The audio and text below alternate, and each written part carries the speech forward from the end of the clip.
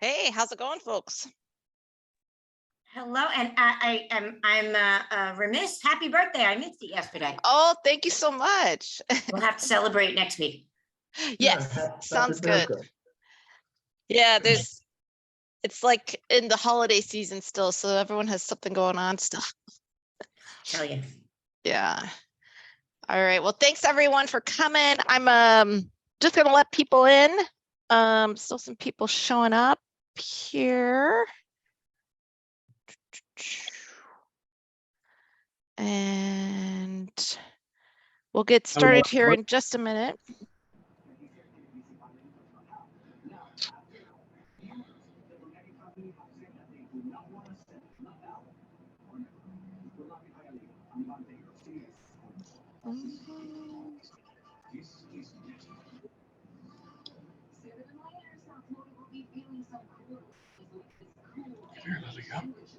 And thank you for coming, everyone. If you are not on the board and are not one of our guests, if you wouldn't mind just going on mute for now, and we will let folks have a chance to ask questions at some point in the meeting.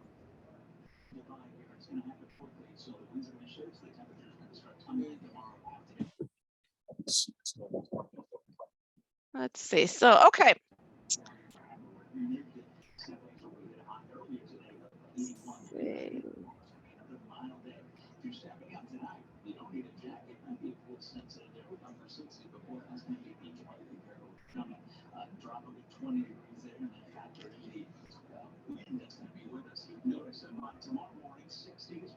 Okay.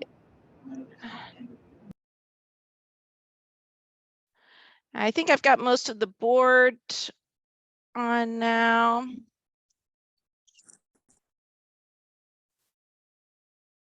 Okay, folks, I'm going to keep letting a few in. Leanne, I'm going to make you a co-host and so that you can help me let some of these folks in, and we'll get started here.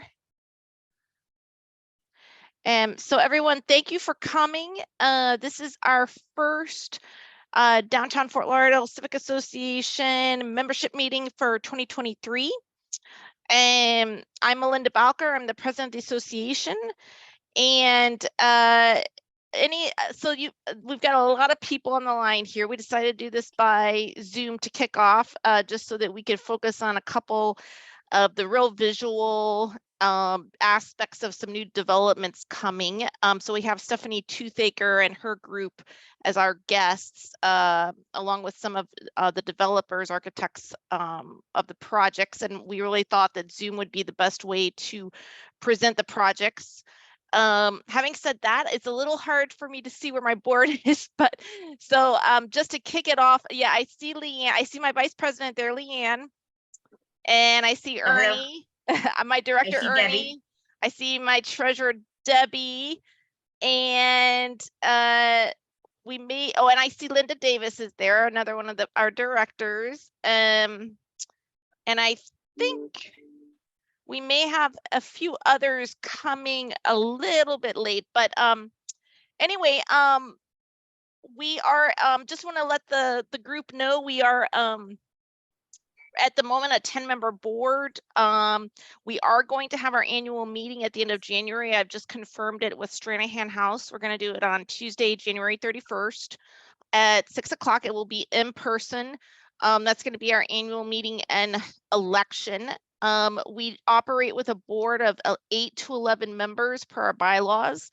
I will be sending out notice again for soliciting interest in being on the board. We have most people returning, but a few people, we will have a few open spots.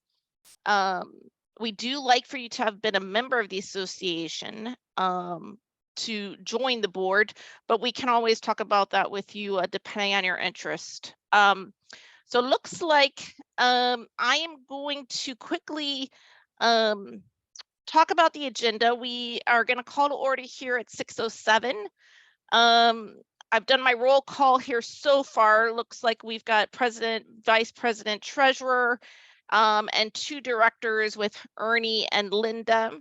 I am expecting probably Lorena and Nicole to join as well. That's our recording secretary and our communication secretary. Oh, there's Nicole. Okay. So we've got a quorum now with Nicole joining, and I'm going to move that we delay looking at the minutes at the moment, and wanted to just basically get to the heart of what the meeting is about. I know that we've had a lot of emails and discussions in the past about new development on both sides of the river. So I'm very happy to introduce Stephanie Toothaker as our guest, and she has some of her colleagues with her. Stephanie, I'll let you guys unmute and be able to introduce yourselves. I know Estefania, I believe, is here, and that we've asked Stephanie as agent for 3 developments to have those presented tonight, and those are Nautica, the first one, which is technically not within the downtown civic boundaries, but just literally on our outskirts, along the river on the south side, just west of the train tracks. And then there's also 2 other projects, 633 Southeast 3rd Avenue and 101 Southeast 7th Street, which are actually right next to each other, really just in the heart of downtown, a few blocks away on the south side. So I know that there's been some really good renderings that we've shared, but I really wanted to allow Stephanie and her colleagues the opportunity to present these and take questions from our downtown neighbors. So having said that, Stephanie, I'll let you take it away. Well, first of all, thank you all. I assume everyone can hear me. You'll stop me if you can't.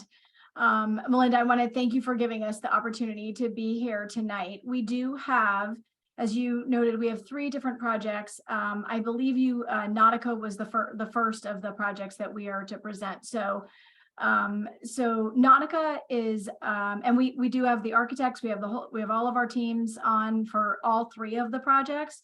But I'm going to start with Nautica since that's the one we're discussing. So a lot of people are familiar with Aussie Symbol. This is the phase 2 of Aussie Symbol's project. Many years ago, we did a site plan with Bjarke Ingels that was for a host of reasons, just we were not able to build it predominantly because of the power lines.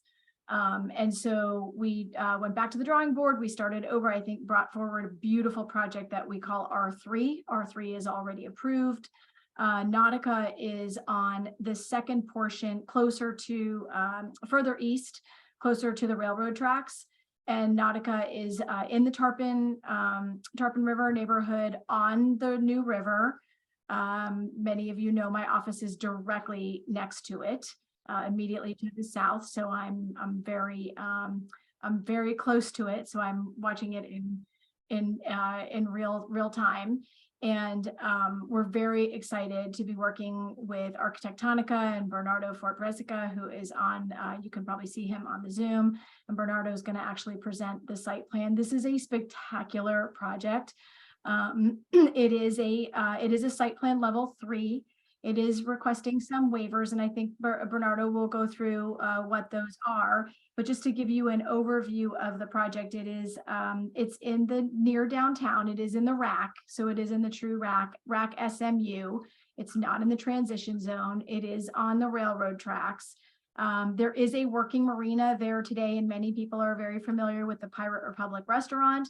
I think it's a great restaurant if you haven't eaten there, and so the working marina will stay. That is it's not going to go away, and I think that's important. We are marine uses are very important in Fort Lauderdale. We consider ourselves in some parts a marine economy. The largest boat show in the world was founded here in Fort Lauderdale.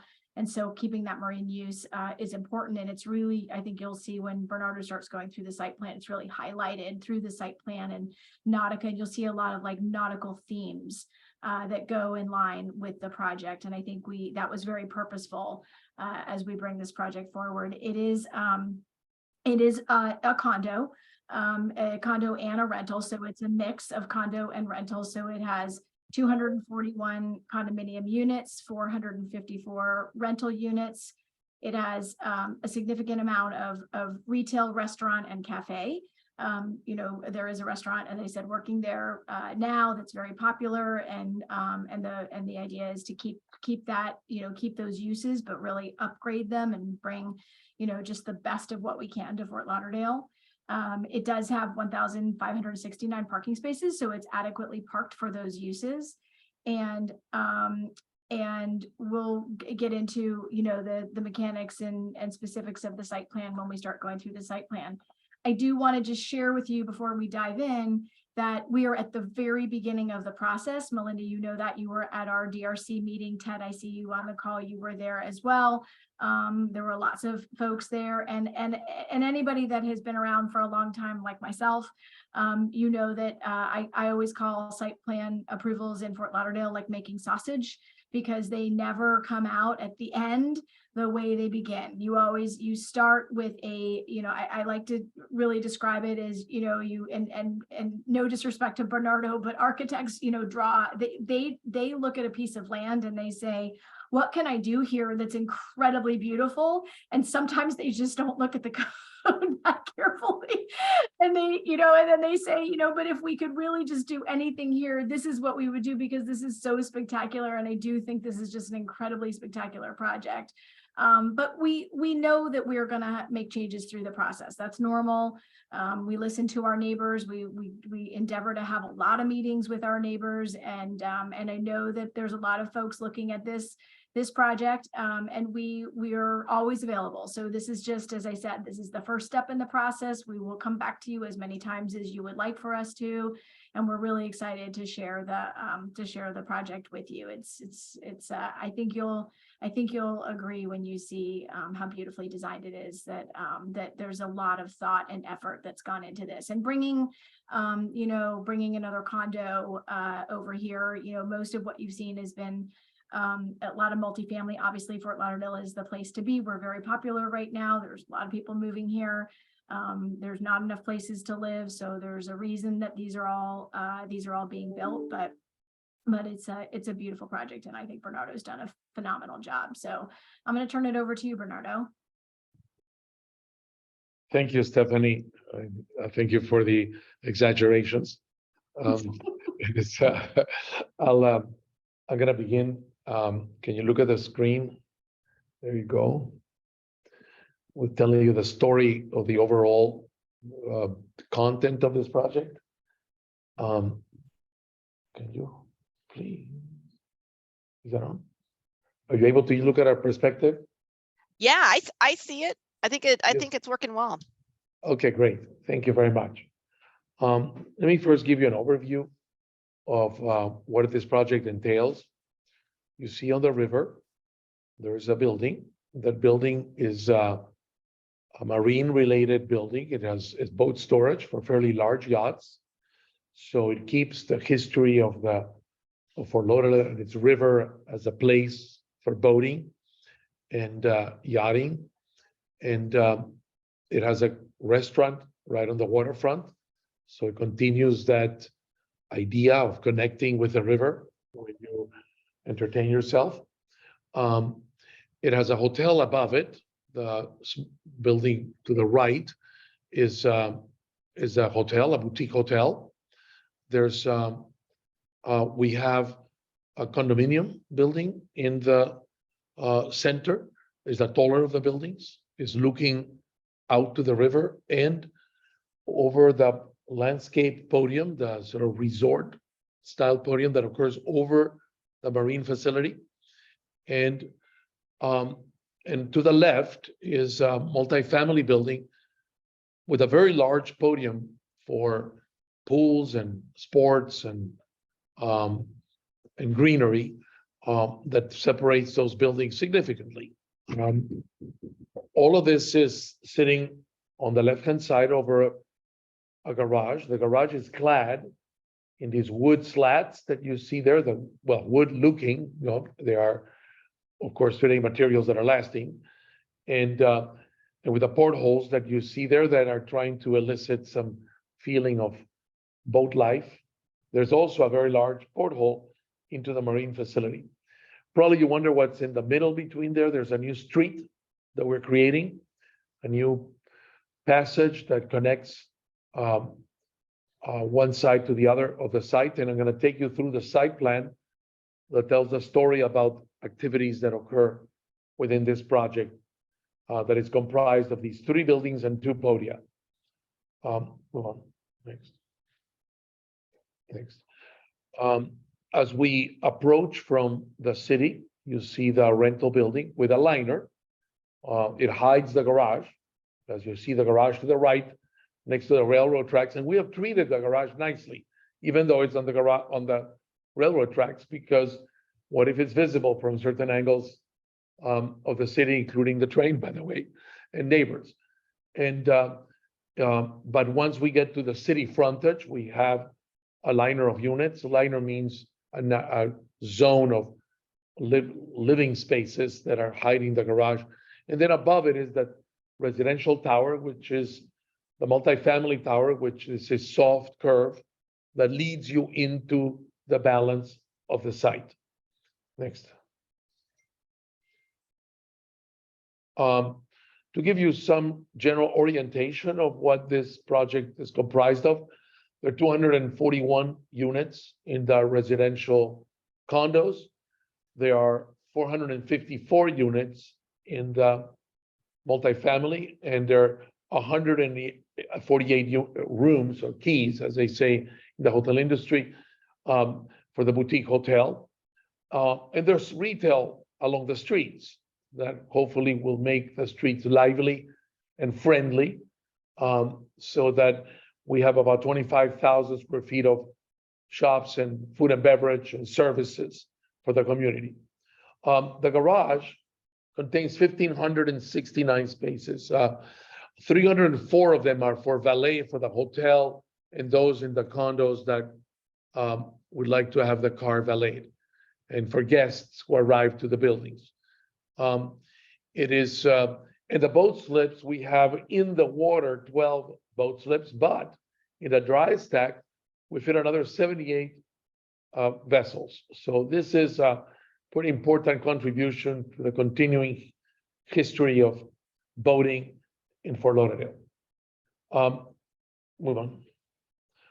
I'm gonna ask Astrid from EDSA to tell you a little bit about the landscape, because the landscape is a very important part of the enhancement of this particular block and of the surrounding streets. Thank you, Bernardo. And nice to be here. Nice to meet you, everybody. Nautica took the idea of expanding the Riverwalk, the flow from the river into a district, becoming a safe haven for pedestrians as we move down on 3rd Street through these shops, this retail that Bernardo was referring to, in a safe manner, safe from cars, with a good landscape that would separate from the traffic and lead them down to Southwest 5th Street to a safe crossing of the railroads. The railroads can be a barrier, but here we took the opportunity to play with it and somehow bring pedestrians safely through this district and entertain them with shops, with nice landscape, with a fountain and fun pavings, so that it is a continuation of the Riverwalk. Bernardo. Yes. Well, you probably noticed this sort of beautifully paved design in the middle of the block that takes you up and down. And you probably noticed the paving as well on along the tracks and where the landscaping is. Well, this is a significant improvement of the urban grid of the city and the urban flow. And I'll take you to the next image, which shows you how the site is organized. Because along 3rd Avenue, you can see in the pink, the retail and the cafe and the restaurant on the waterfront, and the whole activity that is continuous along the entire street. Along 5th Street, you see also the residential lobby to the multifamily. It's connecting the site to the city. But what is important here is that crosswalk where you see the word drop off. Can I have a pointer? And you see the residential lobby, the second residential lobby, the condo, oops, sorry about that, which you see right here where this driveway is more than just a drop off. It's important because valet occurs here and it takes the traffic out of the street or any queuing and internalizes it within the site. Also important is that the traffic can flow around the block. To date, this street that you see here doesn't exist, but we are actually allowing the traffic from 3rd that goes into the building to flow across and back and out to service the marina from the backside, from the railroad side, instead of the front. It is a very important aspect of this project that you will see in the next slide, please. Let me just explain a few other things. You see here the entrance from the marina. You see that we have all our loading concealed. You don't see it from the street. And everything you see is active uses all along the street. And we enter the garage, not from the street, but from this newly created interior street. Therefore, the traffic can flow freely without invading 3rd Avenue to the full extent that would have otherwise happened. Move on. You can see here the circulation that I'm referring to.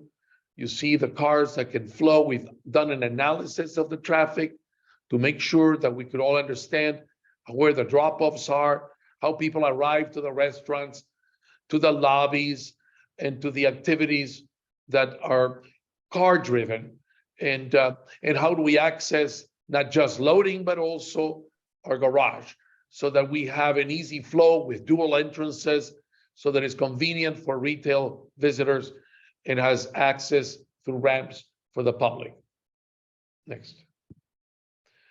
Go back, please. One. I wanted also to mention that we do have a flow of traffic for pedestrians. We have a way of walking across here, looking through this glass into the activity that we have in the marina and in the dry stack. This will be an Instagram moment. It will be so exciting. This is glass. People can actually take a little ride into this little street here that will be covered and rain protected, and we'll have a visibility of what's happening with the boats. This will be a fun place to visit. So those that are in the riverboat can do a little detour, take a look and continue. And that would be a very nice moment, a very nice experience that otherwise is never seen. Move on. The pool deck on top that Astrid can explain best because she's done an amazing job, is really a park in the sky.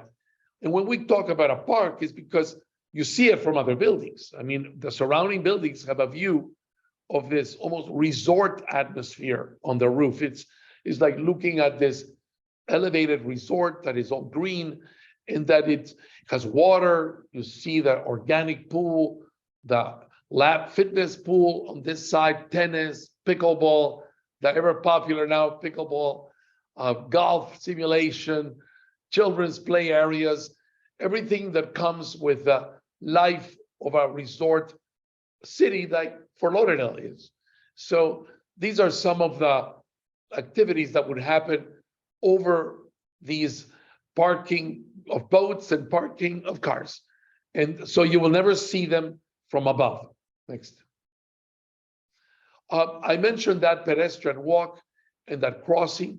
You see here how the curvature of the building that I showed earlier descends and creates this sort of galleria, like, I don't know how to describe it, like Milano, you know, all glassed in, and you'll be able to look into the boats. You'll be able to drop off under cover and find a moment here of this unique space that solves not only creates a moment of excitement as you look into the Galleria, into the boats, but also because vehicles will be able to flow across and provide a relief valve for third.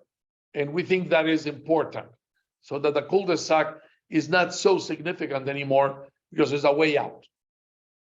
Next.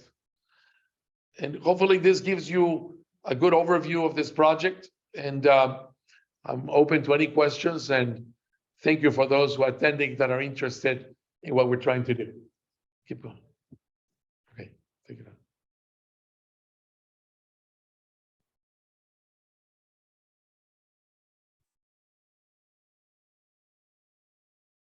And Bernardo, did you have additional renderings, or did? No, this is what, go back to the beginning. Yeah, go back to the beginning. Yeah, I failed to point out the main features of the project. You see here the descent of the building in this sort of undulating shape created by the balconies that arrives to the bottom, where I show you the rendering in that direction. And I show you the plan of this landscape deck that you see over here. The other rendering was from the opposite side, from that side. And this is the rendering from the river. And this shows you the detailing that we're having for the garage all the way around. And I think the close-up showed our louvers that hide the cars, so that this is not a typical garage that you see the cars. They're actually completely concealed within the envelope that you see there. Okay, perfect. Okay. No, thank There you is a very much. question in the chat. Yes. So I will, let's see, I think there's a question in the chat. I see a hand raised. So sounds like this is a good time to take a little break here and take some questions. So I know in the chat, Debbie, our treasurer, asked here, is there a reason that rental is mixed with condo plus a hotel? Seems like they are not sure of what part of the market they would be in. So yeah, I guess this is something unique, I guess, so far in the city of Fort Lauderdale, to have the apartments, the condo, and the hotel, well, and the marina. But I guess, what are your thoughts on positioning and the kind of interest in this project?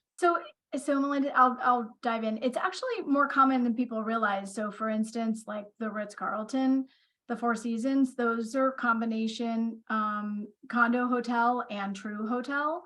A lot of people, it's more seamless, so people don't actually realize that. And mixing hotel with condo and with multifamily is actually quite common. And it's actually, you find it all over the city. I think the reason you see it here is because we're defining them as three different uses, and hotel and multifamily are different. But when, from a permitting perspective, condo and rental are exactly the same from a permitting perspective, because you look at it like a dwelling unit that somebody would live in, and the parking that goes along with that. This project is really the definition of a true mixed use, in that it pulls all of those together with retail and restaurant.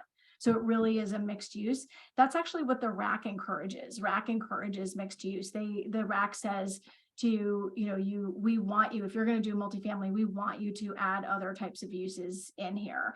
I think one thing that does make this project really unique in a positive way, I mean, number one, most of what we've seen being developed in Fort Lauderdale is rental multifamily. And so to bring a condo forward, it's not on the beach. There's all of them, Pier 66 is a true condo, and Celine is a true condo. But this, to have a condo, Esplanade's a condo, of course, but to have a true condo here, it's just been a while since we've seen that. So I think that's exciting. And to see a hotel in this district is really exciting, because we just haven't seen them. And so, I give credit to Asi and Hector. It's a partnership. I should have mentioned that. I mentioned Asi, but Hector DLT Global is the co-developer of this, and it's exciting to bring this. I mean, it's you know, it's the new river. I mean, there's a lot happening here. You've got, you know, obviously the courthouse, and you've got the new federal courthouse coming, and you've got, you know, the railroad tracks, the bright lines running on that. So I think the time is here for, you know, for someone to be willing to make this kind of investment. Okay, great. So thank you for that answer, Stephanie. I think Deb Steiner, you had raised your hand, and then we'll get back to the chat questions. Hey, Hey.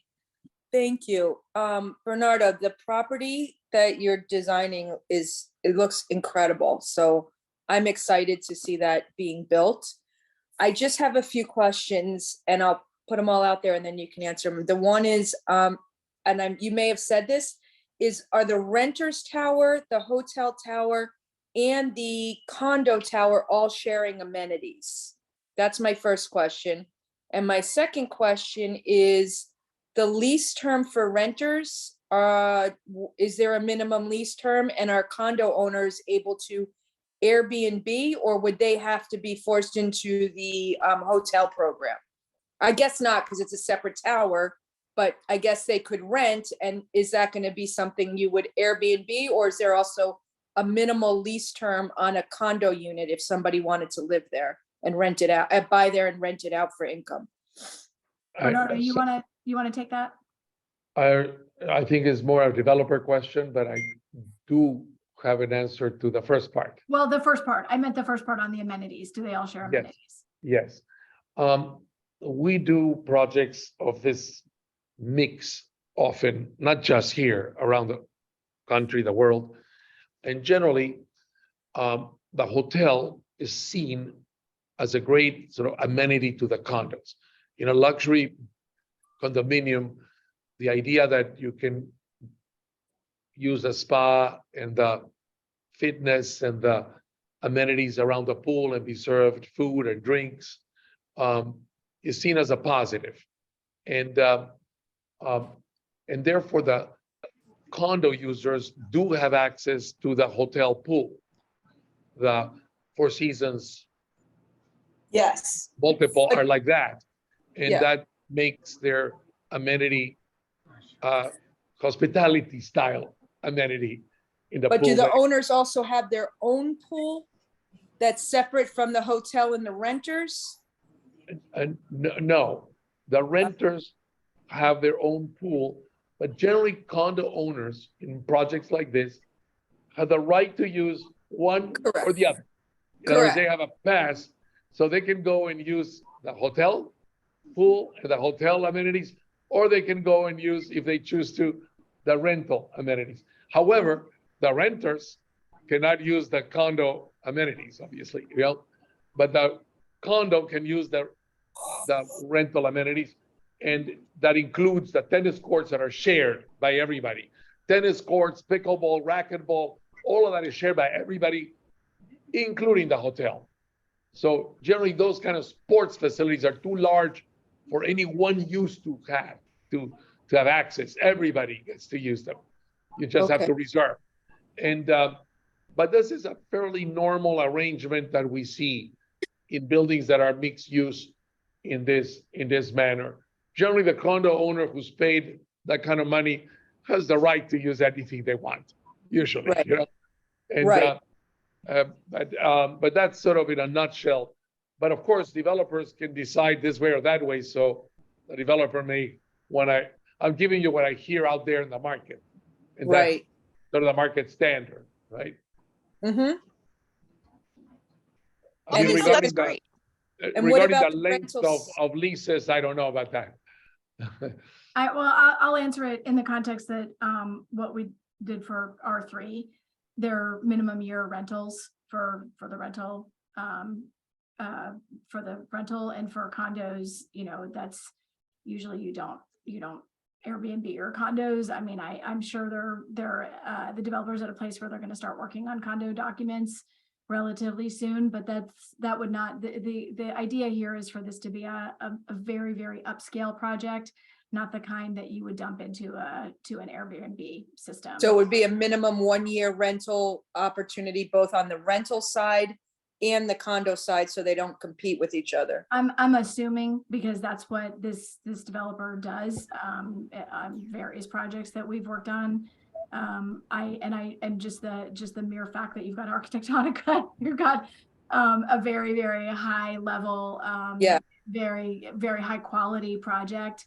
It's Mhm. not, I mean, I've seen, you know, it tends to be some of those older buildings that you see, then they dump them into like Airbnbs and they like, you know, there's a lot of them like old buildings on 17th Street and whatnot. That's not what this is being designed to do. This is all very, very upscale.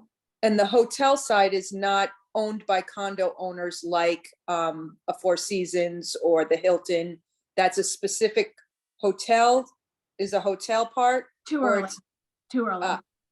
You don't too know? early. Usually on the hotels that I've worked on, it's actually been a while since I've done a hotel. For a while there, we were doing hotel. They were mostly on the beach. This is a pretty typical scenario, is that you develop the hotel with a brand in mind. Yeah. But usually the brand will not let you announce the brand this early in the process. I did the Ritz-Carlton residences in Pompano Beach. Mhm. We knew that was going to be a Ritz for a long time, but we were not allowed to say it. So I know that's a lot to ask, but you're gonna have to bear with me because it's not. Oh, no, I wasn't asking the brand. I was asking if you're selling the hotel part as condo options as well, or is it specifically a hotel that's not owned by any single owner in any single unit? And then the condos are the condos. Yeah, way too early. Way too Okay. early for us to answer that. Good to say. But feel free to check back with me as we make our way through the process. We're right at the beginning. That's good. Okay. So Thank thanks you. for those questions, Deb. Good questions. So I'm going to go back to the chat. We'll spend a little more time on Nautica because I think this one may have the most questions of the three. So Glenn asked, how will boaters access the marina? Parking appears to be quite a distance from the dry stack and slips. Boaters typically carry lots of gear to and from autos and boats. Well, the marina configuration is not changing. So I'm not sure if you're the gentleman that asked if you're a boater that uses that marina today, but the configuration of the marina itself is not changing. So what you see there today with at least how the boat traffic enters and exits, that's the same. The difference is that the boat, so there's probably know this, extremely limited parking for the marina today. The restaurant and the marina share about 40 spaces. And so the marina will be parked. Your marinas in Fort Lauderdale pursuant to code are required to have parking just like every other use. And so that marina will be parked through required parking that will be shared parking with some of the other uses on the site. And Glenn also followed that up with the question about, will only Nautica residents have use of the marina? I don't actually know the answer to that, but I don't believe so. I think Okay. it's a working marina just as it has been for as long as we can. So it's a private marina. Yeah, it's a private marina. Yeah, you Yeah. have to rent your slip and you've got to call ahead to put your boat in the water and all that. But I don't think it will be limited. No, I feel like I would know that, and I think it's meant to continue operating exactly the way it is today. Oh, okay, very good. So there's 90 spots in total between water and dry. Yeah. It looks like. And before I get to the next question, Stephanie, I guess in theory, really, are you saying that the layout where Pirate is and the marina is, you guys aren't going to have to do too much work there, or will you actually be tearing down Pirate? It will be upgraded, but the configuration will stay exactly the same. So Okay. you know, a Pirate, you can go out onto the docks and you can sit on the new river and have dinner. And the boats, you can see the boats coming in and going out and whatnot. That configuration will not change. Okay. It will obviously be upgraded. Those docks are quite old. It'll get a serious from a life safety standpoint, a serious upgrade. Okay, good info. All right, so I'll just go quickly to Anthony Fishbeck's question. He says, I like the pedestrian pathway right after the marina section. This may not be a question for the architects, but has anyone approached the Florida East Coast Railway about a pedestrian path over the tracks at that Everyone location? has. Also, can they Everyone has. coordinate? Let's see, Yeah. can they coordinate with related group to connect from New River Yacht Club West? Interesting.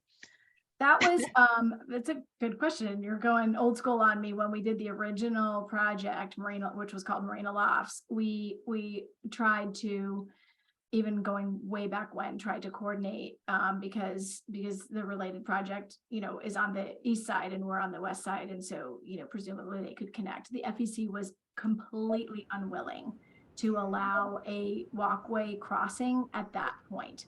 And if you think their position was negative then, you can imagine what it is now that bright lines on the tracks. That is not happening. I mean, I'm not going to say we won't try. I think, we would like to see that as well, to see that connection, but that's just, it is not going to happen. I mean, FEC may be one of, other than Florida Power and Light, one of the most difficult entities to work with. Okay. And just a quick follow-up from me, Stephanie.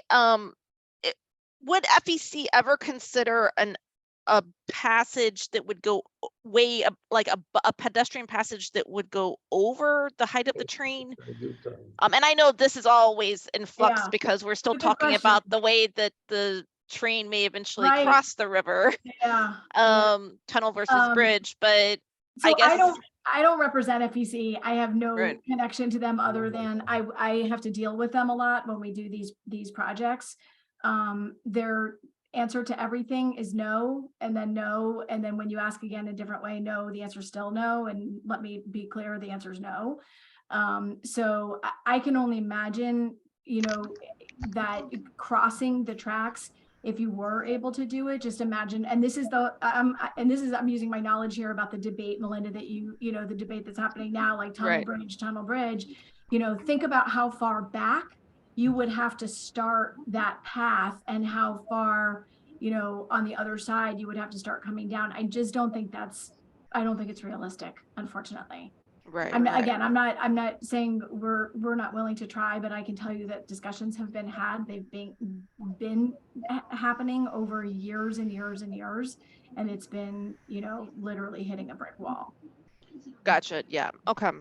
So nothing like what you have at Tri-Rail, at the Broward stop, where you just go up the stairs or the escalator and Okay. And that's because FEC, from their perspective, FEC and Astrid may even be a better person to answer this because, EDSA is dealing with these, these walkability issues, but FEC has what they think is the right designated pathway to cross the railroad tracks, and it's not even close to the water. It's, they want you to come, along the Riverwalk, and then their proposal is that you come all the way back closer to where, I hate to use my office as the reference point, but basically where my office is, and cross there. That's where the FEC has designated the safe pedestrian crossing, and they're unwilling to have a conversation about anything else. Okay, gotcha. And sorry. Sure, Astrid. To continue with Stephanie's point, the Riverwalk Trust defines this area until 5th Street as the Riverwalk area. So it is complying with the distances and regulations that are defined by the Riverwalk. This whole area becomes a safe pedestrian connection from the river side to the street, the 5th Street. So it is all coordinated and complies. So that's just for our understanding, Riverwalk would walking along Riverwalk would be that you would walk to 5th Street and then loop back to the river. Loop back. And that gives the opportunity for the retail, the new shops, some local businesses to be here. So it brings in some positive things, even if you need to divert from the water's front precisely. Okay, gotcha. So, so hopefully that answered your question, Anthony. He did have a quick follow-up. I'll just ask it since it was Anthony again. He says he's curious about the entrances to the retail section the current design looks like it has minimal, maybe 2 doorways at the ends. Is this something akin to an indoor mall, or am I misinterpreting the design? Bernardo, that's to you, but no, it's not meant to be an indoor mall. I think it's street facing, pedestrian, neighborhood friendly retail. It's not meant to be Yes. something that you have to go inside to enjoy. No. No, bring up the the idea picture is again? is more to create a street. Oh, sorry, I interrupted. You were saying? Oh, no, you're fine. Go ahead, Bernardo. Oh, it's intended to create a streetscape of Okay. activity facing out, and is serviced from behind. And you park behind and you walk across, you walk in around, and you enter from always the front, but it's well serviced from the rear. But it is all street life that we're trying to create. There's no mall. Okay.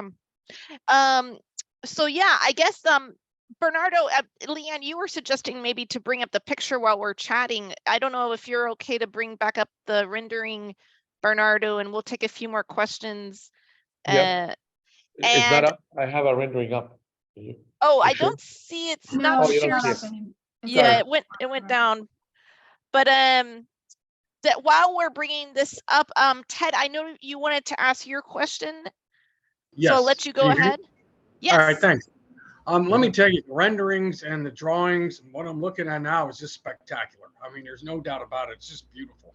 And but my main concern is, or one of my concerns with this great building, and then you have the Riverwalk residence very close, and then the building of this of the River Lofts all in the same area. I've been down there on my bicycle a few times, and I know, Stephanie, you know better than anybody about that area since your office is right there. How in the heck are we supposed to get all of these cars? We're talking about over 3,000 possible cars in all of these places combined. And you know, these streets, 4th Avenue, 2nd Avenue, 4th Street, 4th Court, they're all just extremely narrow, non-sidewalk streets. I mean, how is the plan? I mean, these plans are spectacular. But how in the heck are we going to get these cars in and out of there without just total chaos? Well, we are adding, a couple things. We are adding sidewalks and we are adding lush landscaping. And I know one thing that I think is always interesting. I just did a site visit yesterday, totally unrelated to this, but it was so interesting because when you look at where the right-of-way lines are and where like existing buildings and things are, they don't always line up. I mean, now when you build a project, you have to conform with existing right-of-way. And a lot of times there's more right-of-way than you think there is. But you're not wrong. Some of these streets are more narrow than others. And that's why the city makes us do really extensive parking and traffic analysis to make sure that it works. And, you know, you're not wrong. It's busy. You know, I live south of the river as well. I drive my son to school north of the river, and I drive through the mess of a tunnel every day, like many of you do. And, you know, it can be frustrating, but I think one thing I will just share with you, it's actually quite incredibly shocking to know how many people now don't have as many cars. Like when we were growing up, there was every single person in a family had a car. And now what we find when we do these traffic studies, and remember, the traffic studies are not just unique to Fort Lauderdale, they look at trends, you know, all over the United States. One of the biggest trends that we've seen that's been really interesting is that a lot of the hotels on the beach are completely overparked, meaning they have way too many parking spaces for how many units they have, because nobody rents a car anymore. Nobody rents a car. Nobody does. Everybody takes rideshare. They do Uber, they do Lyft. And so when you look at it like this and you think of it in the context of like when we were growing up, you know, the totality of it could seem like a lot. But the reality is, when you do these studies based on the trends that we see in the United States, and South Florida is important that we look at it in the context of South Florida, but it's believe it, it's fewer cars than you think. And particularly for the hotel and the condo, because when you add the condo, a lot of these condos, and I know this, and you all know that I've worked on a lot of condos in Fort Lauderdale. I mentioned a couple of them, Pier 66 and Celine. The people that are buying, and the Ritz-Carlton and Pompano, the people that are buying these it's one person, shockingly, buying like 4 units and combining them all, and they're only living here for half the year. And we see Yeah, that a lot. that's true. We see Yeah. that a lot. The level of investment that we have seen in Fort Lauderdale, particularly in the condo market, is incredible for Fort Lauderdale. Just the quality of the tenant that's coming here. It's something to be really excited about. And yes, we all have to deal a little bit more with traffic. You know, it's not the sleepy little town that I was born in. That, you know, we do have, you know, more cars on the road. We do, but we are very careful and cautious. And our traffic consultant, Joaquin Vargas, is probably one of the best in the business. And we will go through a lot of studies with the city, and we'll share those with you. We're happy to share those with anybody that wants to see them. And I'm happy to sit down with anybody and go through them. The city is tough on us. And don't, you know, please don't make the mistake that they're somehow like, you know, okay, no problem. I mean, they make us really work for these and make sure that it works. That's why I always take my bike if given the choice. Yeah. I've seen. Well, you'll be surprised. There's some other trends about going out to restaurants. For example, there's no more the so-called designated driver, you know? So they also take rideshare because who wants to be the one who doesn't have fun, you know? So Nobody wants to be that guy. no, yeah, exactly. It is, and there's, maybe you see that there's parking spaces, but in many cities, the car is not what you use to go work. It's a toy for what they call a weekend car, right? Mm-hmm. It's sort of a toy, but it's not really, because they're parking spaces, it doesn't mean that they're causing traffic. It's because some people just like to have a car for the weekend, you know, to go to the beach or go to the mall or whatever, but it's not exactly a commuter vehicle anymore.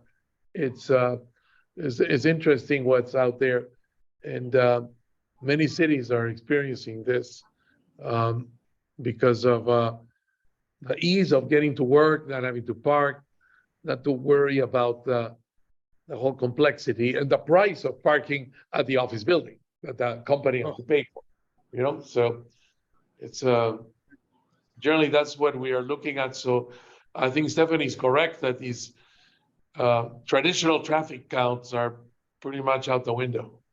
Yeah, it's changing dramatically. Thanks for that question, Ted. So I'm going to do a few more questions. John Roth, do you want to go ahead? I'll just see show me who I am. Anyway, I've lived all my last 40 years or so in very dense high-rise places. The last place we lived was in Sao Paulo, Brazil, to about 20 million people. And yes, I did have a car in order to go to work, which was in the suburbs, and they didn't have the train out there yet. But what I see when this is, you know, this is a beautiful, dense project. I think it is a bit too dense because it doesn't take into account when you put owners as condos in here, you have to govern your condo between renters and hotel people. And this gets to be pretty political. I mean, they're filling up newspapers with this stuff, and fights and who has the rights, because we have developers who maintain their voting rights by owning a quantity of units, and the owners really can't swing the votes for rules changes and things. So in here, I'm a boater, been a boater for 30 years, 32 years here. And I traverse this part of the New River. It's very, very tight down here. And the yes, I think this is the same place as the Riverfront Marina is. Is that right, Stephanie? Yes, Okay, so they're not going to extend their docks or ask for No. any docks or projection out into the waterway from what Not it is changing. today. no, Is that John, right? it's not changing at all. Okay, so I look at the F3 Marina stack over there, and they want, $3,000 to put a month to put your 30-foot boat in there. Yeah, it's crazy. That's kind of designed for the people who used to park or go to visit shooters on the weekend and make all their noise, but don't have to make noise, but they're outboard powered boats, and they're not real boaters. They're kind of like expensive limousines to park around and for people to show. That's fine. I don't think that there's that many people. You need to have, when you sell this, you want to show it to people, and they don't want to look through windows and see ugly industrial machinery picking up boats and turning them around, and robots washing stuff off, and guys I don't cleaning know if I the. agree with you, John. I will tell you that F3, like, people love to watch the boats being moved around. They love it. They love it. People are like, they take their kids over there. They're obsessed with it. Well, but are these people who live here, or are they visiting tourists? No, they're people that live here. The people that live in Rio Vista and Lauderdale Harbors, and yeah, I mean. Okay, when I was over there, that, you do it once and you've seen it, and you just hope they don't ding your boat. Yeah, or but your you don't friend's have a boat. toddler. So this is the whole thing, and the people who run all this, actually, from a 50,000 foot point of view, in this density thing, you need unconventional solutions. Well, for the people who actually have these developed, like in Istanbul, Turkey, or like in Geneva, Switzerland, where I used to live, they have very developed water taxis. For example, you see the boat there that the rendering shows, and they have a ferry boat that looks like that, and they will cross that river in Istanbul, and the one side of the boat goes down. It's a walking ramp, and you'll unload 50 people in less than 1 minute. And on the other side of the boat, where they're taking on people, in 1 minute, they will load that same number of people who are going the other way across the river. And if you were to think of a flying saucer that turns 360 degrees around and around, that is what they use up in Canada, up in Halifax, Nova Scotia. Their ferry boat, like that, same side, in one side, out the other side.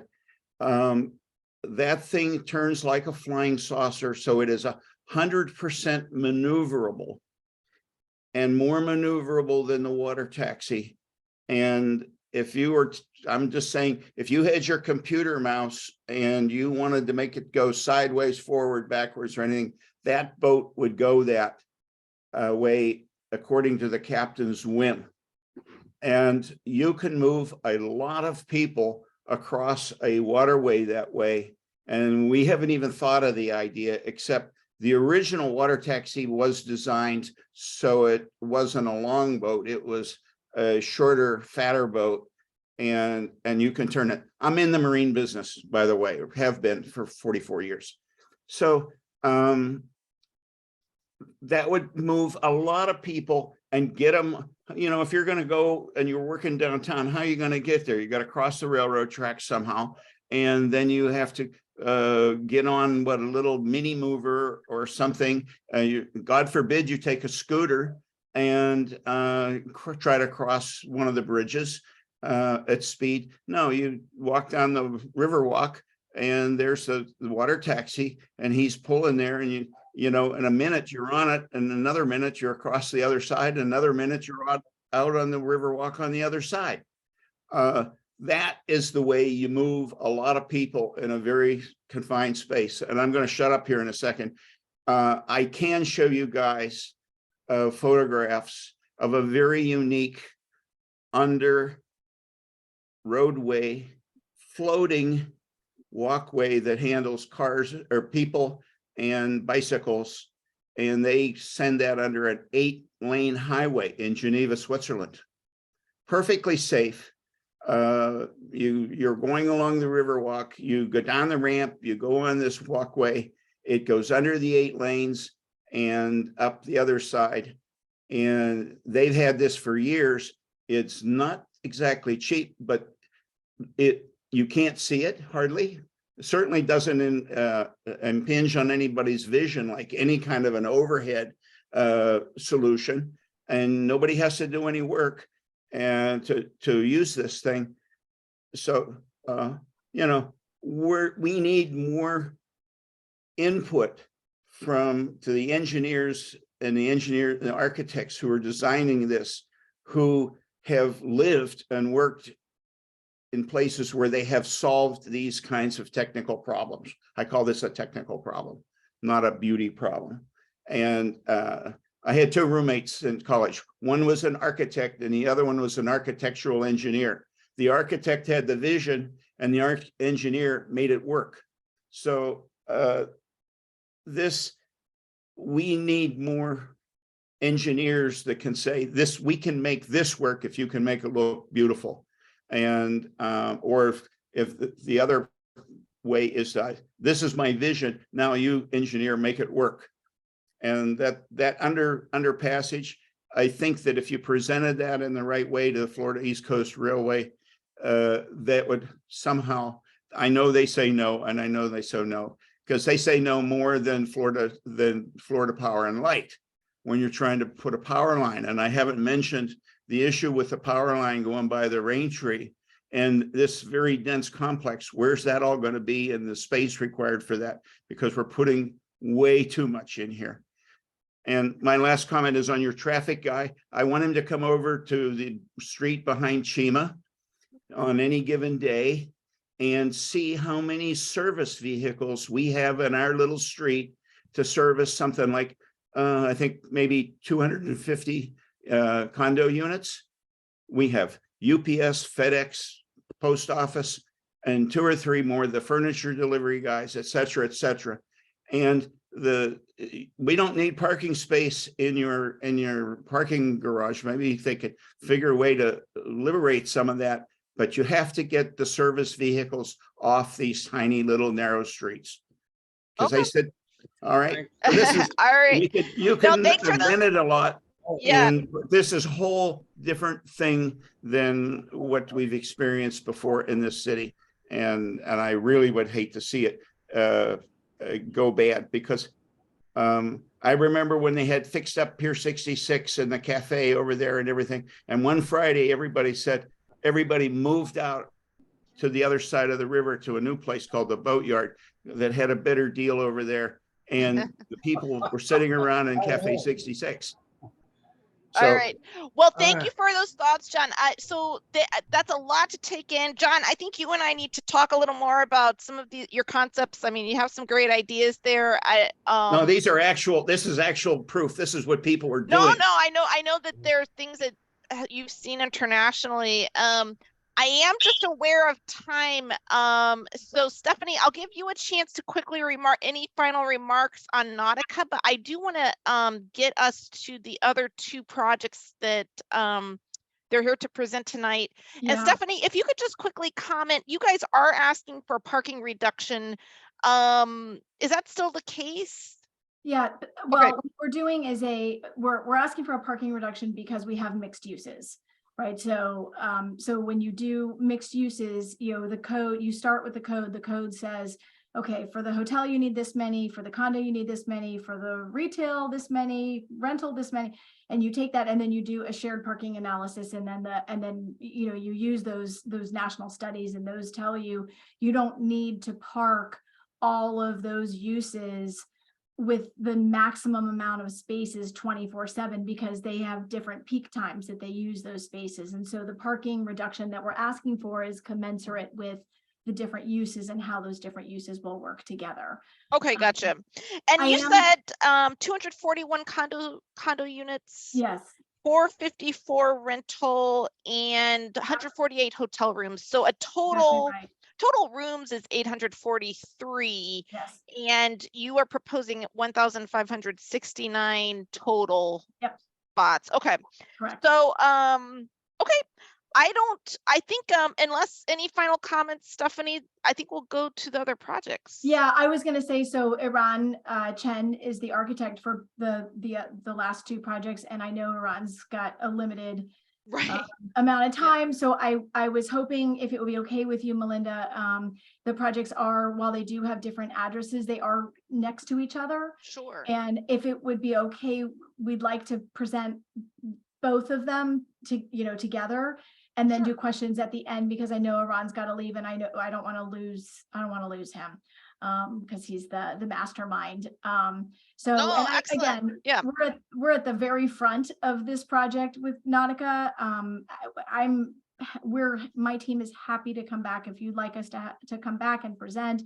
As you know, as I said at the beginning, we'll be making changes throughout the process. We always do.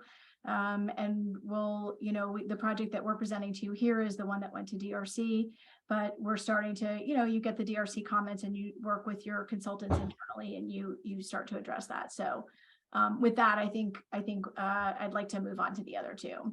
Absolutely. Okay.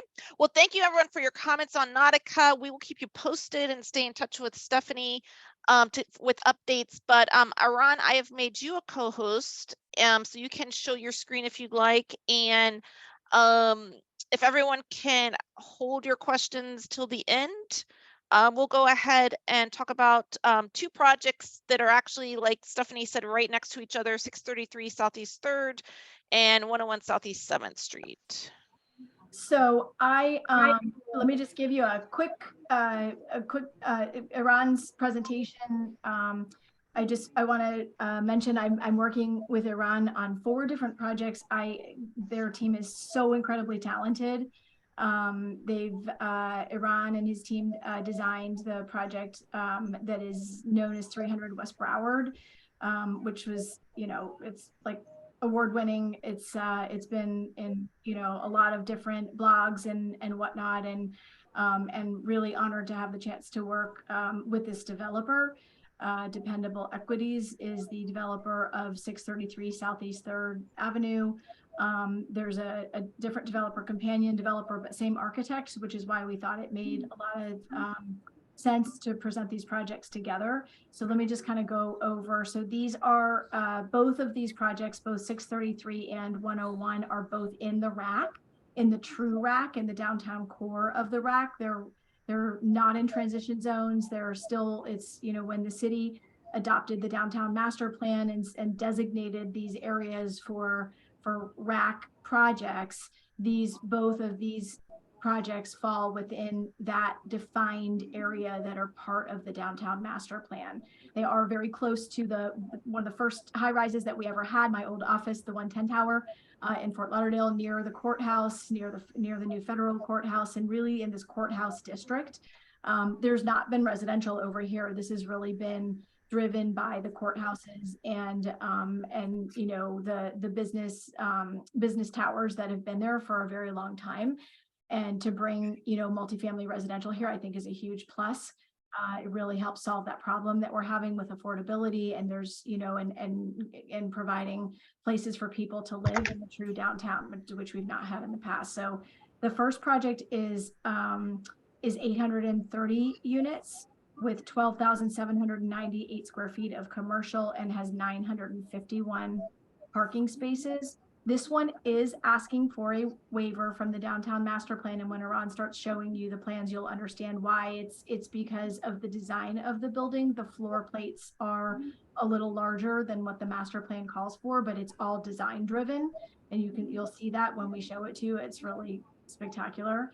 And the second project at 101 Southeast 7th Street is 630 units with 713 parking spaces and 5,682 square feet of commercial. So I'm going to let you take it from here, Iran, and I'll be happy to answer questions on the back end.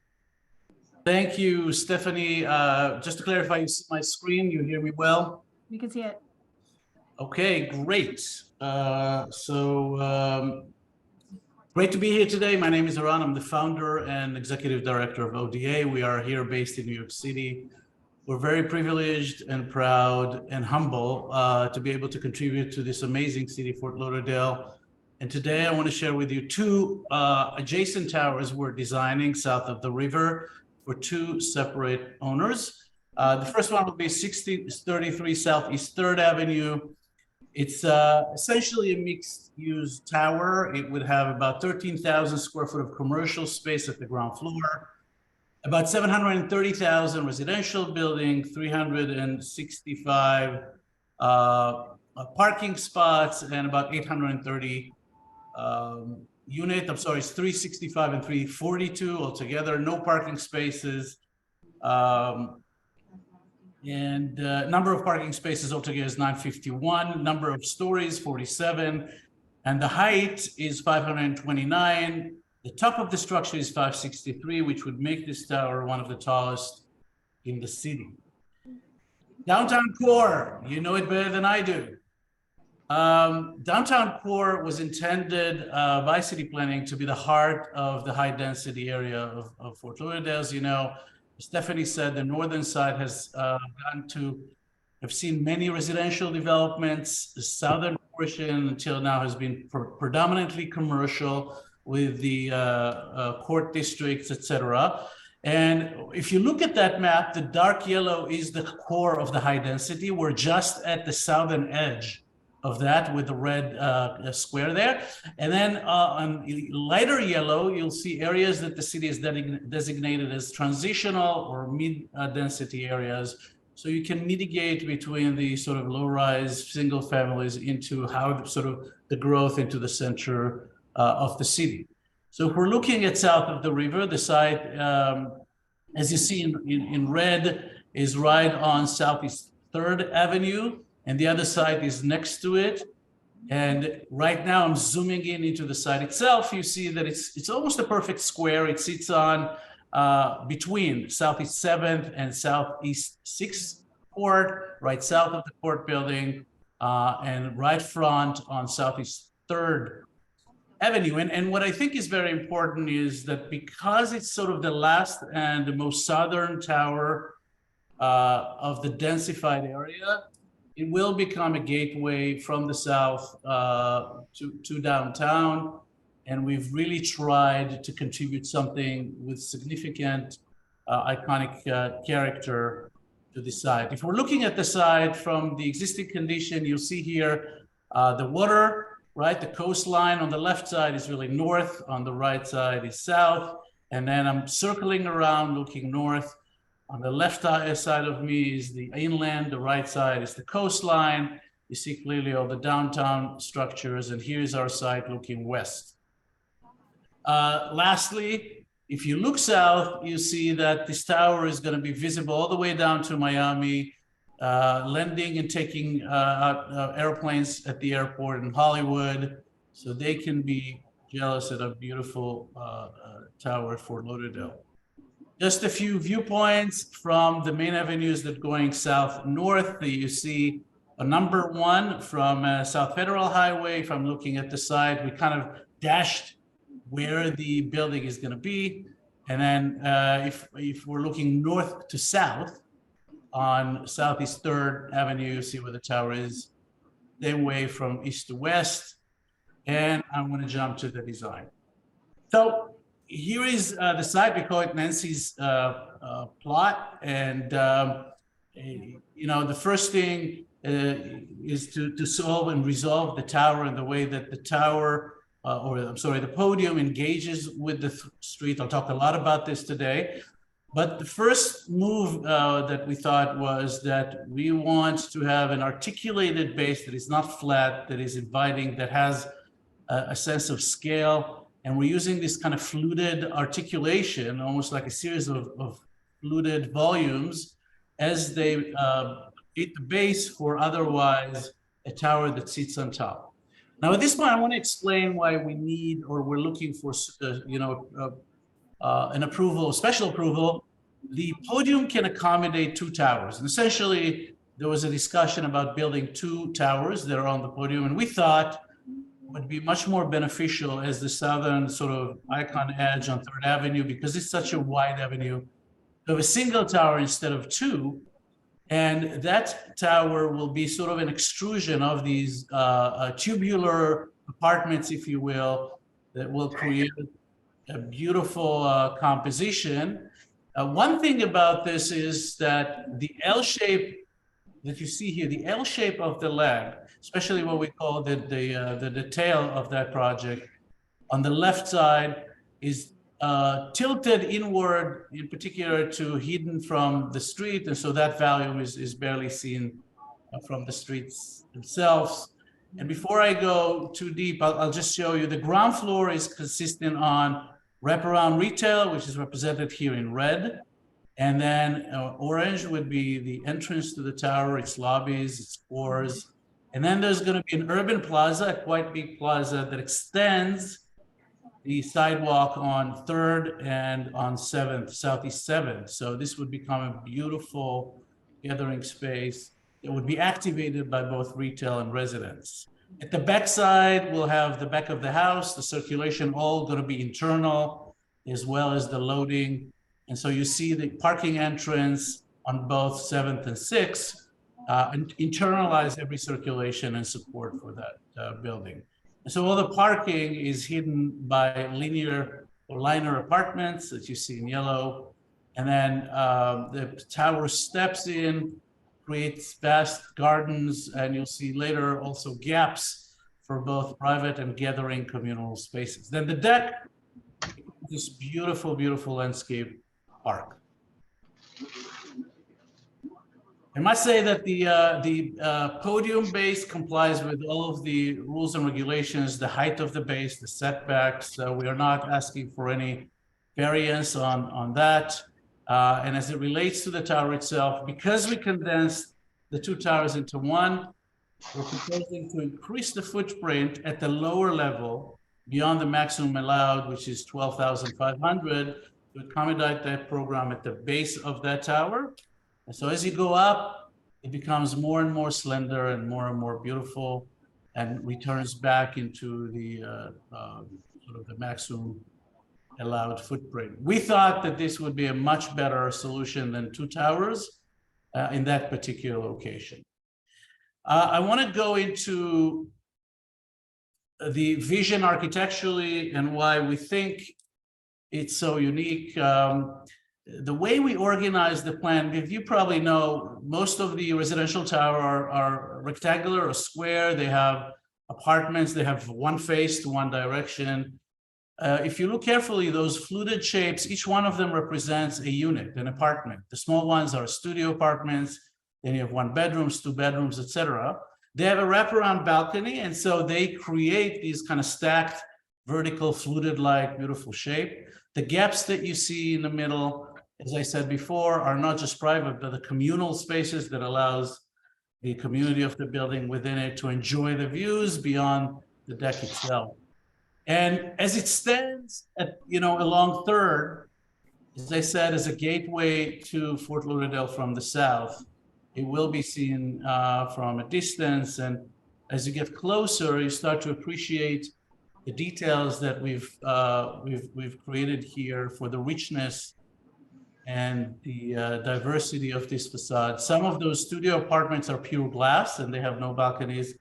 And then the bigger apartment has the wraparound, which creates this beautiful play between shadow and glassy fluted elements. So here is 3rd Avenue looking north. And you see the height of the podium with the lower apartments, and you see how the building tapers into a very kind of dramatic top. And it's something, and its configuration that we haven't done before.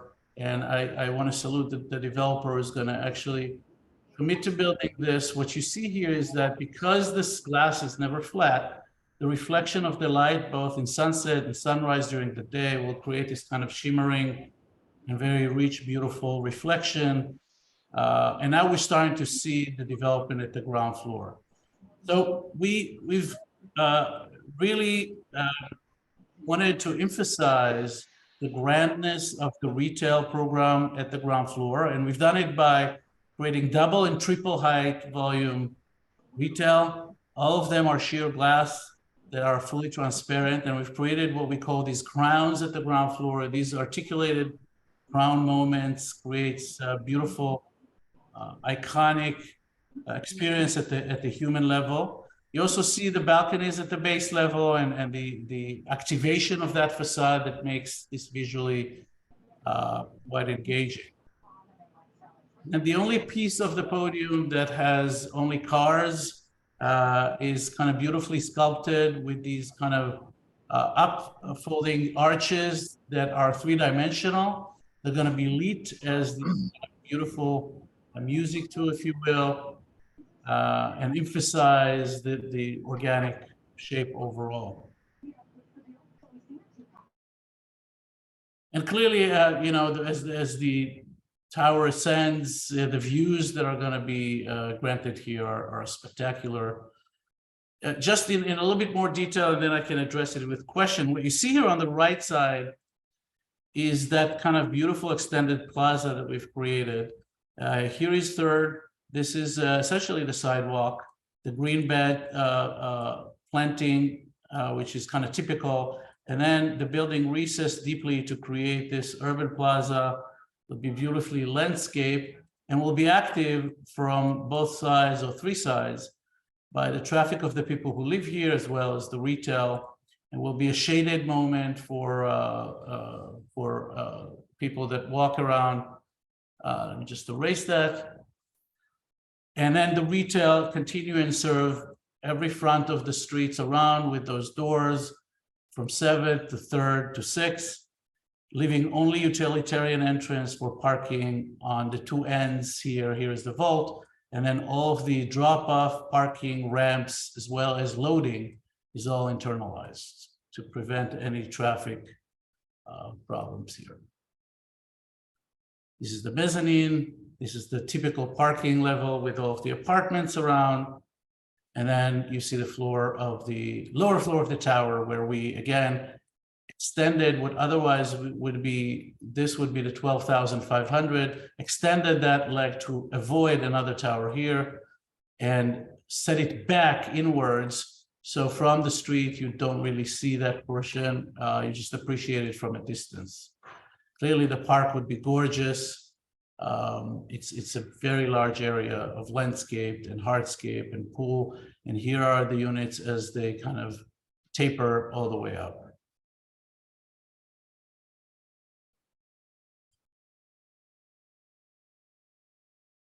So we think that this is a beautiful addition to the skyline. It would bring a lot of residents to south of the river in an area that otherwise is mostly commercial. From an urban standpoint of view, hopefully it will create a more 24/7 type of movement at the streets. It would encourage businesses and restaurants to open. And we think overall it's a blessed initiative to bring more residents to downtown. Okay, So great, Aaron. Now, do you want to go ahead with the second project and then take questions on both? I would, Iran, go ahead. I Dive would in. love that if Can I you could jump bear in? me for a few more minutes. Yeah, no, that's fine. Can I jump in for 1 second? You sure can. Stephanie, I'm gonna have to hop off. Maybe Okay. you could show me the rest of it at a later time. Is that okay? Of course, Vice Mayor. Yes, of course. Okay, Yeah. bye, everybody. Oh, Warren, thank you, just everyone. We had our new commissioner, Warren Sturman, here with us. And sorry, I didn't recognize you earlier, Vice Mayor. But Okay. thank you for joining us. Okay, Thanks, thank you, Warren. Steffi, for your presentation. Thank you, Melinda. Bye, guys. Thank Okay. you, Commissioner. Thank you, Bye. Commissioner. Okay. I'm gonna ask my team, I'm sorry, control what to maximize the screen? Is this the second one, Iran? That's the second one. Okay. Maybe a little, maybe a little faster. All right, You run like on the view full screen. there we go. Okay. The second tower, 101 Southeast 7th Street, I'm not going to go through every little detail because it's right next to it. So we don't have to talk about the neighborhood. I will just point out that what I presented before is this lot. And then there are a series of 3 smaller lots here. And this is the lot of the tower that I'm going to discuss right now. This is not part of it, and these 3 are not. It's, as I said, we've been fortunate to be able to design both, which allows us to create a totally new tower, but yet someone relates to it, so the composition would be well received. Again, I'm not going to go through every angle because you've seen it, it's right next door. And I'll start right at the design. So again, we have a podium and a tower. This tower is simpler. It's a straight up tower that sits the corner of Southeast 1st and Southeast 7th. Both of them are a little narrower streets. And it also goes all the way to Southeast Court. We're taking the element of the fluted language, but in a totally different scale, where before we had every apartment becomes this amazing tube of glass here. The tubes are smaller and they're extended and extruded in a straight line in a much simpler format. At the ground floor, we have in yellow lobby, which is facing Southeast 7, and then we have retail that is facing Southeast 6th Street. And then from First Avenue, we have the entrance to the parking. Again, everything is internalized, loading, parking, etc. We have amenities at the deck level, and here you see the entire diagram. This is an as-of-right tower. In other words, we're not asking for any variance. It complies with all the codes based on the base, the ground floor, and the tower itself. And the character of it is, again, trying to break the volume through these beautiful vertical kind of fluted shapes. I just want to point out that every vertical glass flute has moments by which it stops and it becomes sort of an open balcony. You'll see that when we look closer, which creates this great composition. Between every vertical flute, there are balconies. And in that sense, it's a simple plan that creates a beautiful, elegant tower. You see here a view from 3rd, looking southeast from Southeast 8. Here is the deck. And then looking east, Southeast 7th. And you see here the sort of the curtain wall, the balconies in between every one of those fluted areas, and then the beautiful detail, which we've created. This metal panel, it's a corrugated metal panel that would wrap around and come inwards into towards the recessed balcony and becomes this beautiful arched gateway on the bottom, but also all the way up throughout the tower. So essentially every living room is a projected rounded volume, and then the bedrooms with the side door becomes the the bedroom and the balcony. At the corner, we are recessing the ground floor to create a plaza in this area and creating 2-level, a 3-level and 2-level retail that has huge glass pieces for transparency and also entrances. So the definition here into these gates, it's the entrance to the lobby, and we've got entrances to the retail everywhere else. At the 6th southeast side, we have a retail wraparound, and then we have the portion of the parking, which is a screen. Here, we wanted to create a beautiful screen-like flute or an organ, if you will, that, again, is beautifully lit to emphasize the retail at the ground floor and the main entrance to the parking, be heavily landscaped at the top, so it has this kind of beautiful vertical, undulating, sculpted facade. And here you see the entrance to the lobby at the corner of Southeast 1st and 7th.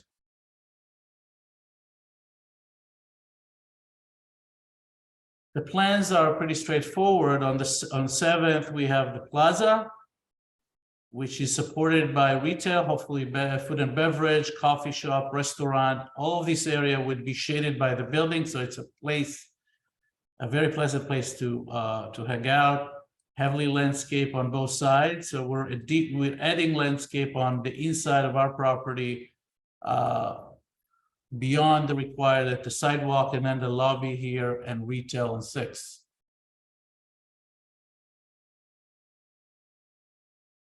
Mezzanine, wraparound units, and then the tower itself, it's essentially a square, and you see those living rooms and bedrooms that projects out and become this beautiful fluted element, and in between them in gray, you see the balconies.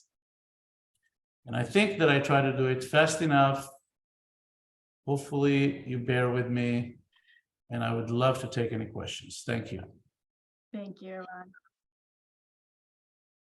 Okay, so I'm just gonna throw out just a quick couple things from the chat that we had. I believe, let's see, Nicole, you had a question.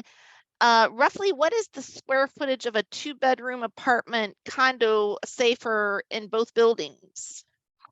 Both buildings are not designed as condo, they're actually designed. I mean, sorry, yeah, apartments. Oh, apartments, okay. Yeah. We have a range because we want to accommodate different typologies of people. So it goes as small, the 2 bedrooms would be as small as 1,100 and as large as like 13. And that would be in both projects. Both projects are very similar. Right, okay. And it does look like the 101 Southeast 7th, the Quinn site, that's 630 units. Yeah. Yeah. Okay, so that one is about 200 less units than the Yes. the Nancy's plat Yeah. site. Right, because essentially, if you think about it, this could be 3 towers. The 2 towers combined into one, that's why it's bigger. Gotcha. Okay. And so then Anthony says, I noticed some unifying elements between this and 300 West, especially at the retail level. Okay, 300 West Broward. Can you briefly touch on any unifying factors ODA has incorporated, including 300 West, the gateway to the west? This is the gateway to the south, Ombell and 101 Southeast 7th. Look, I think the unifying element, I believe, is the expensive glass and the height of the retail that we try to accommodate in both. And this is not an easy task. You can imagine with the sizes of glass that we want to accomplish to install here. The idea is to activate the ground floor and not just with landscape, but really have this kind of a glowing opening that invites people in and make it a bit more urban. And I think that is true for all 3 projects, because we think that the density that this is adding to the immediate sort of environment and neighborhood should be a resource for activation of the ground floor. And as downtown becomes more walkable, more bikeable, we'd like to encourage that. We'd like people to spend more time coming in by foot and spending time at the edges. We also we have deep recess at the ground floor to create shaded areas on all 3 projects, because we know that's a problem. I mean, in the summer you can't really walk outside. So Right. having not only landscape but having the building shading its own plazas, I think is something that would be very beneficial and active. That's great. So now, and currently you guys are not proposing, as you did say in Stephanie, for the Nautica project, you guys added that additional, essentially a little roadway. There's not actually going to be a roadway in between these. And I noticed there's a couple plats that are not part of the 101 Southeast 7th. Will they just be whatever they are now? Yeah, they're not owned. There's, as Iran showed when we were looking at the aerial, there's some parking lots in between that are not owned by the developer that Okay. are The plats are completely, there you go, lot 5, 6, and 8 are not part of the development. And I would imagine they'll probably just stay parking. I'll just still be parking around there. Okay. We And we are hoping that one day this could become a pedestrian passageway. Yeah, that would be nice. It It wasn't for lack of trying. Let me Right. leave it that way. Yes. Oh, I see. Right. You didn't have there wasn't an option to actually pedestrianize or, well, I mean, I guess if it's a parking lot, they can walk through it. There wasn't a willing seller. Okay.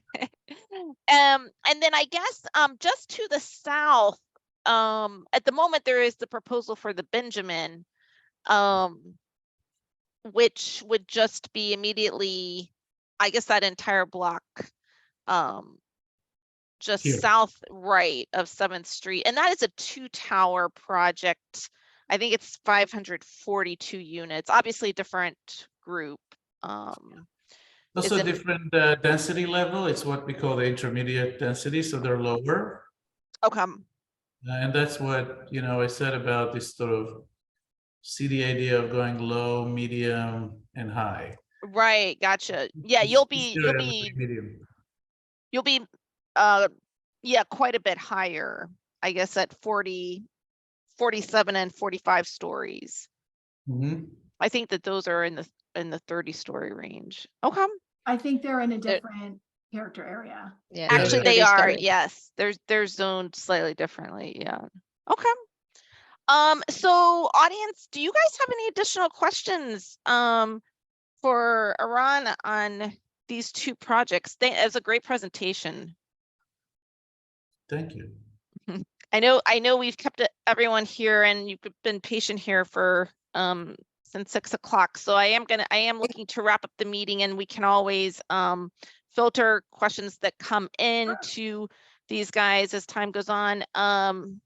Deborah, you want to do a quick question? I was just gonna say, can you hear me?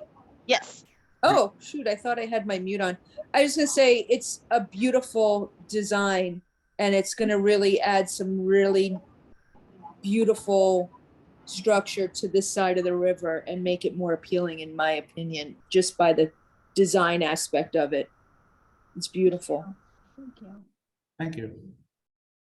Thanks for that, Deb. So, and Ted, you want to do a quick observation? Boy, I know, Stephanie, you've been here a while, so have I. It's just mind-boggling. This is our city. I mean, both of these buildings are just so beautiful. I mean, Thank you. wow. I mean, I remember when it was just the Landmark Bank building was our I know. tower. And to see these designs, I mean, geez, it's just beautiful. I mean, I can only say that, wow, it's going to be stars for our city, I believe, Thank there's you. no doubt about that. I worked for 10 years in the 110 tower, which when compared to these, and thank you for those comments, Ted, compared to these, like I can only describe as a dump. I know. Yeah, now they do. Everything else looks like a dump. And there was an image, I was going to stop you, Ron, because there was an image of the 110 tower and that horrible parking garage that I parked in for 10 years. And, and you can see it, like you can see that it's a parking garage, you can see the cars and whatnot. And the way these buildings are designed today with the liner units, and it's just every aspect of the building is beautiful. And it's just, it's more expensive to build. It's far more expensive to do it this way, but Aran is incredibly talented. His team is so talented, and I really have to credit the developer for being willing to make this kind of investment and do something that's just so spectacular. Yeah, I mean, the architecture is stunning, and anyway, but of course I know you guys have like a ways to go. I mean, Stephanie, do you know for these 2 projects approximately when they would be done with? Sure. Addressing comments and then breaking ground? Yeah. So like the previous project, like Nautica, these are fresh in the process. Melinda, you were at our DRC meeting, as were you, Ted, and so we always guesstimate that it takes for the first project that you saw. Remember, we showed you that we went with the single tower scheme because it was more beautiful to do it that way. And so that project does require waivers, which means it will go to City Commission for a waiver. on the floor plate size instead of breaking those towers up, in which case it would not require a waiver. So that takes a little longer. We estimate that takes 8 months to get to the point where you are on a commission agenda asking for that waiver. And for the other project, the second project that we just saw, you know, it's really about 8 months either way. It's if you're straight DRC, you know, subject to call up, it's 8 months. And if you're, you know, if you add on that 30 days to actually put it on a commission agenda, all you're really doing is exchanging your call up period for your actual commission meeting. So it's usually like an 8 month process to get from the moment you submit to the moment you've got your approval. And then you have to do your construction drawings. That takes, you know, usually takes the consultants a good year to do CDs. CDs are very, very, very detail oriented, obviously. And then it takes about 6 months to get through the building department with your CDs. So from the time, and that's why there's always that big gap between, you know, you see a project get approved and then you're like, what's happening? Why haven't I seen anything? You know, we always get that question a lot. I'll get calls from neighbors like, why aren't you building? So it's a good 1.5 years to even get to the point where you can break ground. Gotcha. Okay. Okay. No, fair enough. That sounds great. So, folks, any final questions? I want to let our guests go, and I'll just do a quick wrap up for anyone else who wants to hear it. Just a few dates for your diary, but any final questions? Okay, well, thank you, everyone.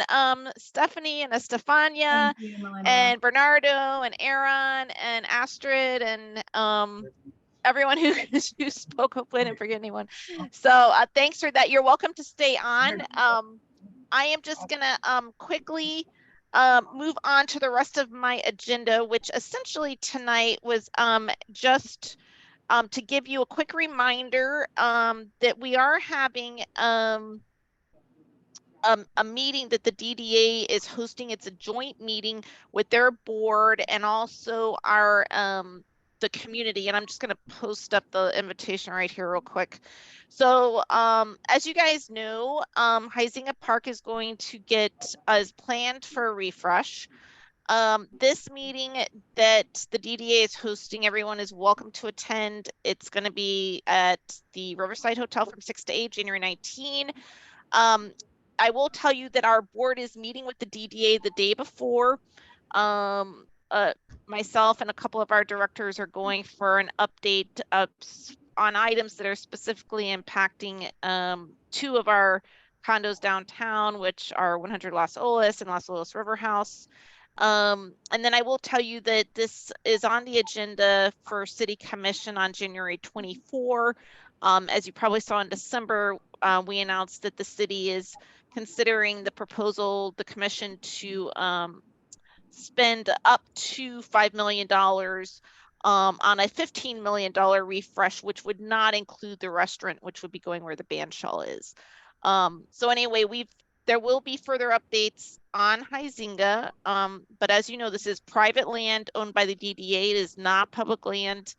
And their plan is to basically add a restaurant where the band shell is. There'll be a 20-year ground lease for restaurateur. I don't know if they've announced it. They may have announced it this morning. And then the park itself will be more of a kind of diamond shape with an area for dogs and kids.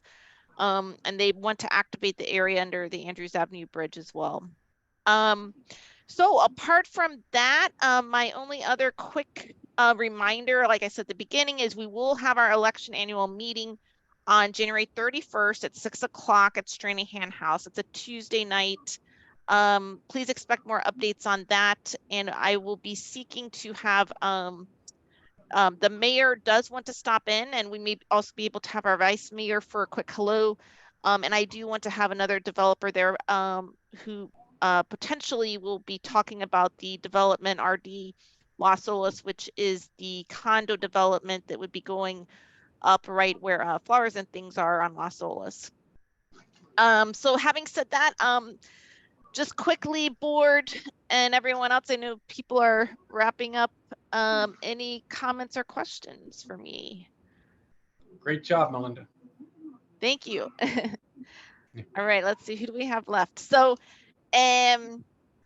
folks, board, do I have a motion to adjourn, or do we have any other discussion topics? I have nothing else to discuss at this time. All right, good meeting, guys. Can I get a motion? I motion to adjourn. All right. And can I get a second? I almost don't have any board left. I'm going to second that. So we'll call it a night at 7:47. Thank you, everyone. And yeah, we don't know the name of the restaurant yet for the park. Just saw that in the chat. So, but we will definitely be announcing it, and I'm sure DDA will make it very public, hopefully in the next week or so. Oh, absolutely. Yeah. All right. Thanks, everyone. Thanks for the good questions. Have a good night. I know.